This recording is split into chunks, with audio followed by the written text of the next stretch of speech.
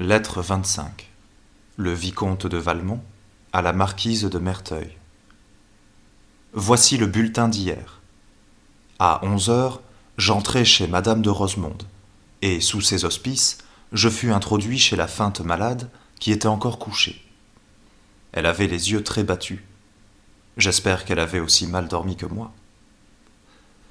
Je saisis un moment où madame de Rosemonde s'était éloignée pour remettre ma lettre. On refusa de la prendre, mais je la laissai sur le lit et allai bien honnêtement approcher le fauteuil de ma vieille tante qui voulait être auprès de son cher enfant. Il fallut bien serrer la lettre pour éviter le scandale.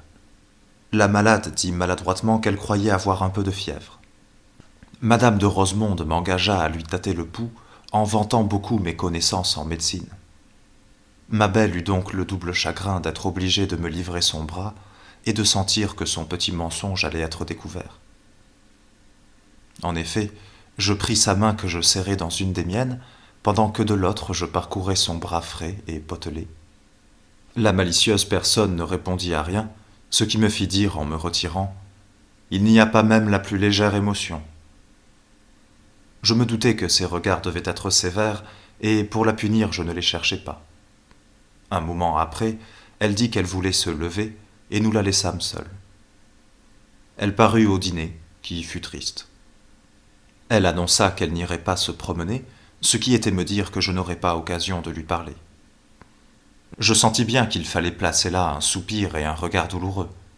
Sans doute elle s'y attendait, car ce fut le seul moment de la journée où je parvins à rencontrer ses yeux. Toute sage qu'elle est, elle a ses petites ruses, comme une autre. Je trouvai le moment de lui demander si elle avait eu la bonté de m'instruire de mon sort, et je fus un peu étonné de l'entendre me répondre « Oui, monsieur, je vous ai écrit ».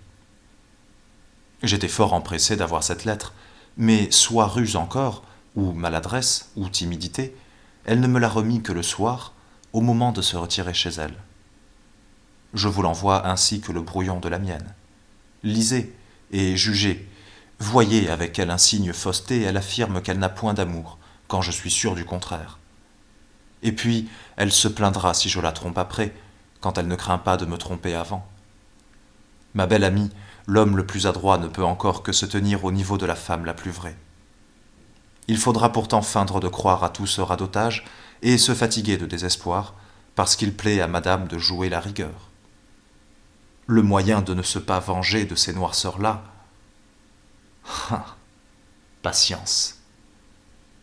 Mais adieu, j'ai encore beaucoup à écrire. À propos, vous me renverrez la lettre de l'inhumaine. Il se pourrait faire que par la suite elle voulût qu'on mît du prix à ces misères-là, et il faut être en règle. Je ne vous parle pas de la petite Volanges, nous en causerons au premier jour. Du château, ce 22 août.